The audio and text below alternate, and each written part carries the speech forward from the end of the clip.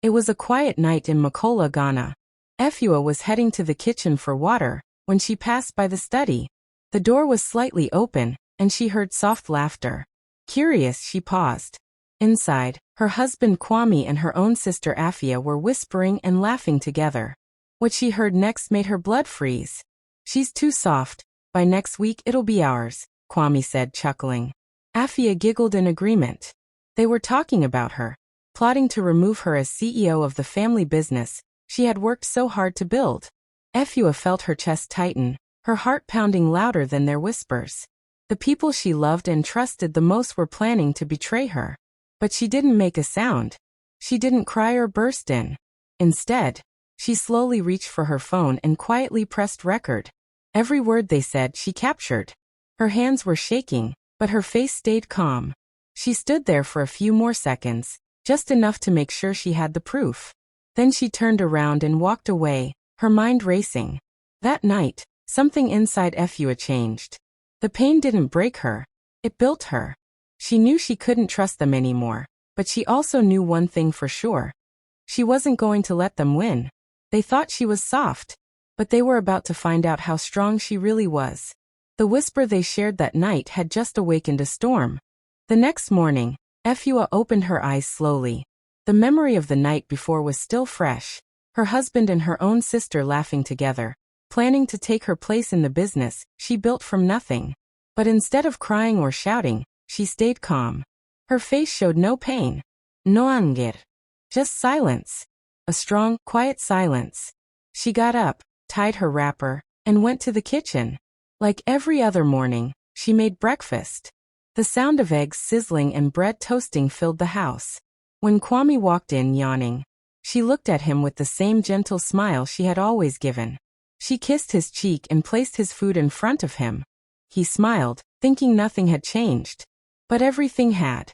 After breakfast, Efua picked up her bag and told him she was going to the market. But she didn't go to the market. She drove across the city to a small office building, where her longtime lawyer, Mr. Badu, was waiting. He had known Efua for years, helped her register her first business, and watched her grow it into something powerful. Today she needed him more than ever.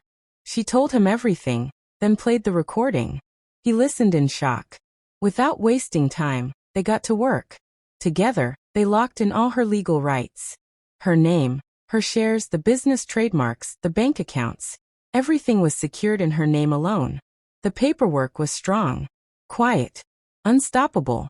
The very thing Kwame and Afia were trying to steal was now slipping out of their reach. Efua walked out of that office not as a broken woman, but as a quiet storm. She didn't tell anyone. She didn't change her tone at home. She kept cooking, smiling, playing her role. But deep inside, a fire was growing.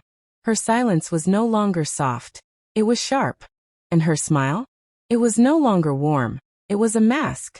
Because everything they thought they controlled was already turning. The game had begun, and they didn't even know she was already winning. A few days later, Efua sat at the dining table looking tired. She told Kwame she hadn't been feeling well. "Maybe I need to rest for a while," she said softly. He looked concerned on the outside, but inside he was happy. This was exactly what he and Afia wanted, for Efua to step away from the company. "Don't worry," he said. "Afia and I will take care of things." Efua nodded and smiled faintly. But her sickness? It wasn't real. It was a plan. A quiet, smart move. She knew they would take the bait. While they thought she was resting at home, Efua was already on a bus to Kumasi. Far away from their eyes, she started working in secret. In Kumasi, she met with old friends, smart women she had once mentored, and young people who believed in her. Slowly she built a new team. People she trusted. People with skills, ideas, and loyalty. She registered a new company under her own name. No partners, no family ties, just her. It was like watching a flower bloom in the dark. No one knew, but something powerful was growing. One evening, in a quiet restaurant, she met a man named Mr. Adewale, a well-known investor with deep connections across Africa. He had followed Efua's journey for years and believed in her more than anyone else ever had. After hearing her story, he didn't hesitate. "Whatever you need, I'm in," he said, shaking her hand. With his support and her team, Efua began building a newer, better version of the business they tried to steal. Back in Makola, Kwame and Afia were celebrating their so-called success. They laughed in the office, thinking Efua was finished. But the truth? She was never sick. She was building a storm far from their reach. Her silence was strategy. Her absence was power. While they played in the spotlight, she was sharpening her tools in the shadows. And soon, the woman they thought was gone would return, not just to fight, but to take everything back. Quietly. Completely. Without mercy. It was a normal Tuesday morning in Accra when something strange began to happen. From law firms to media houses, from big investors to loyal clients, everyone started receiving a shiny golden envelope. It wasn't an email. It wasn't a phone call. It was hand-delivered, clean, elegant, and sealed with a stamp that read EM. People opened it with curiosity, thinking it might be a wedding or some fancy launch. But when they read it, their eyes widened. The invitation was clear and bold.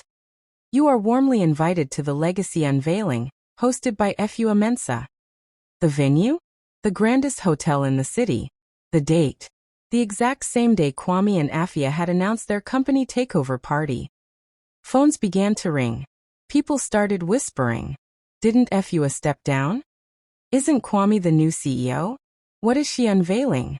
Confusion spread like wildfire. Clients who were about to attend Afia and Kwame's party paused. Investors who had been promised big announcements suddenly didn't know which event to trust. News reporters quickly took interest. Efua had gone quiet for weeks, and now, out of nowhere, she was back with a golden invite and a powerful title, Legacy Unveiling. At home, Kwame and Afia were too busy planning their decorations and speeches to notice the shift. They were still celebrating their so-called success, still laughing behind closed doors, completely unaware that Efua had chosen their big day for her return. It wasn't a mistake. It was a move. A perfect, sharp move. She wanted the world to choose. She wanted to show up on the same day and prove who really built the legacy. And as the golden envelopes continued to land on desks and in hands, one thing became very clear. This wasn't just a comeback. It was a challenge. A silent message wrapped in gold. Efua wasn't just inviting people to an event. She was inviting them to witness a storm, dressed in elegance and power. And everyone could feel it. Something big was coming. The big day finally arrived. Early that morning, Kwame and Afia stood in front of the mirror, smiling, fixing their clothes, getting ready for what they thought was their moment of glory. They called it their company takeover celebration. And they believed this day would prove to the world that they were the new faces of the business. Balloons were blown, banners were printed, drinks were ordered. But there was just one problem. No one was coming. Across town, at the city's most luxurious hotel, the red carpet had already been rolled out. Expensive cars pulled up one after the other. Top clients, respected investors, news anchors, influencers, and old business friends of Efua all stepped out, holding the golden envelope in their hands. Camera lights flashed. Reporters whispered, "She's back." Everyone was dressed in their best, waiting for one woman, Efua Mensa. And then she arrived. She didn't walk in. She entered, wearing a long gold dress with her natural hair in a crown-like bun. Efua looked like a queen. The room stood still. Then suddenly, the crowd clapped, louder and louder, until it felt like the walls were shaking. Phones went up. Cameras flashed. She smiled, calm and proud, and stepped up to the stage. She held the mic, looked around at the room full of familiar faces, and began. When they planned to replace me, they forgot one thing, she paused. I'm the one who built the empire they're standing on. The room exploded in applause. Back at their party, Kwame and Afia looked around. Empty chairs. Cold food. No media. No guests. Just silence. Confusion filled their eyes. They picked up their phones, and that's when they saw the live stream. Efua's event was everywhere. Trending. Breaking news. Her voice, her face, her story was taking over the country. Efua didn't just plan a return. She planned a moment. And as she stood there, smiling, she didn't have to say much more. The message was already clear. You can steal the seat, but not the crown.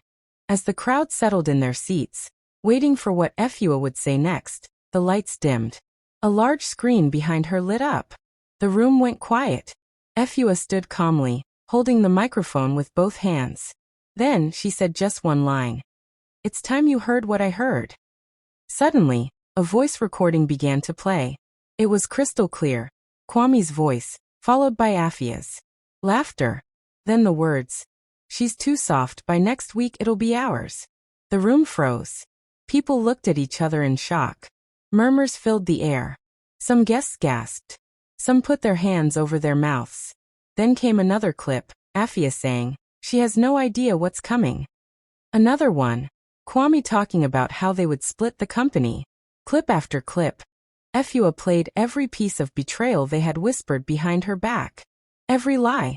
Every plan. All recorded. And she wasn't done. The screen flashed again, this time showing legal documents. Signed and stamped. Evidence that Efua had quietly secured every right to the business, before they ever made a move. Then came emails, bank records, even text messages that showed how Kwame and Afia tried to push her out. It was all there, on the screen in front of everyone. The room exploded. Clients stood up, shocked and angry. Sponsors canceled their deals on the spot. Some investors walked out, disgusted.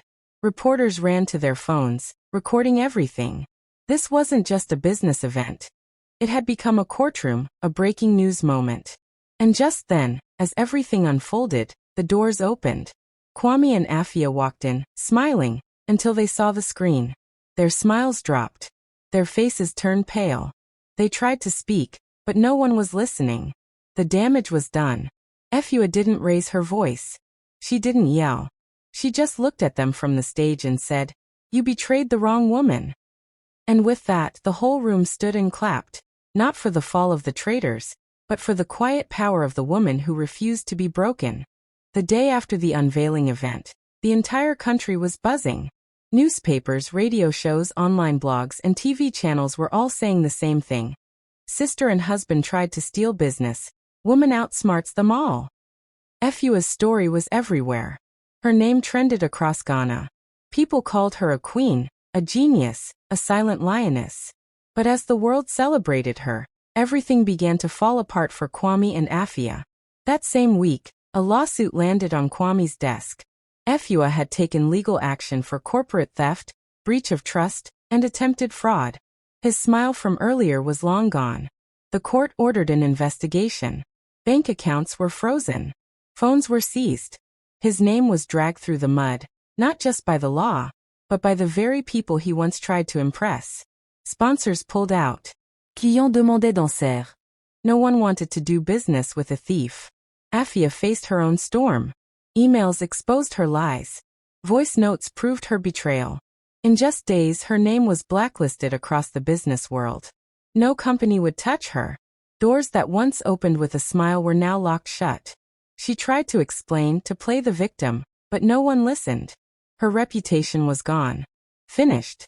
Meanwhile, Efua said nothing. Not one word. She didn't respond to interviews.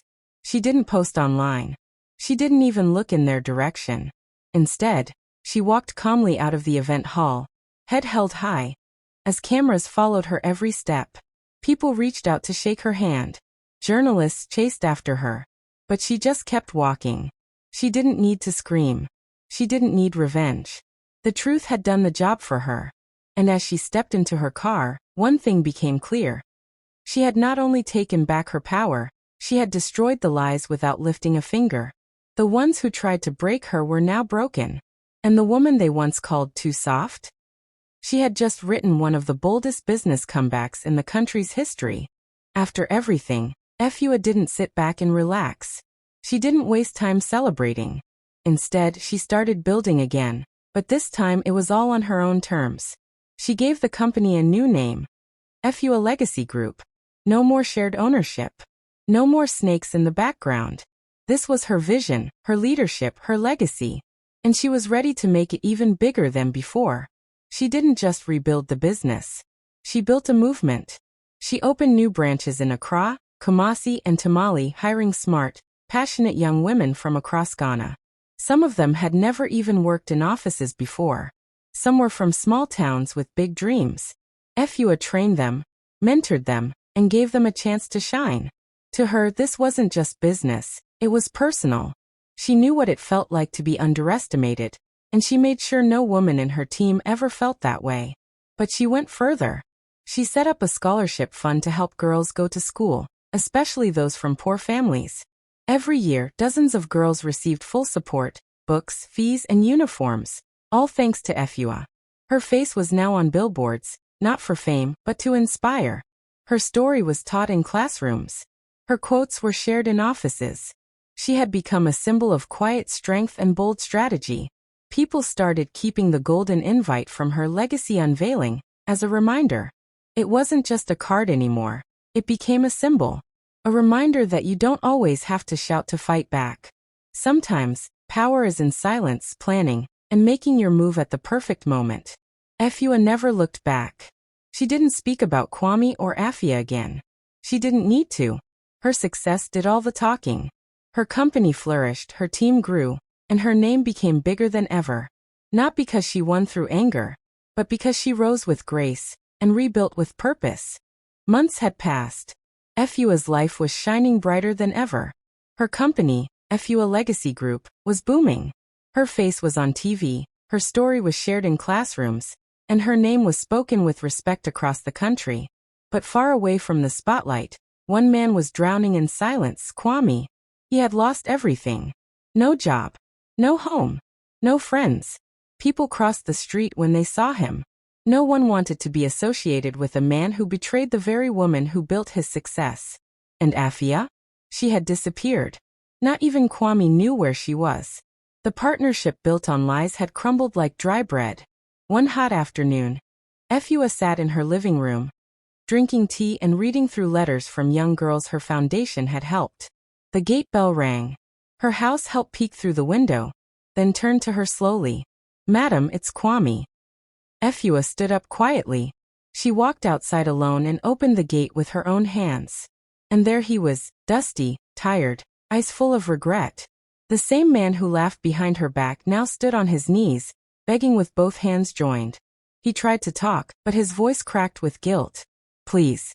Efua, I didn't know what I was doing." She didn't scream. She didn't insult him. She looked him straight in the eye, her face calm like the sea before a storm.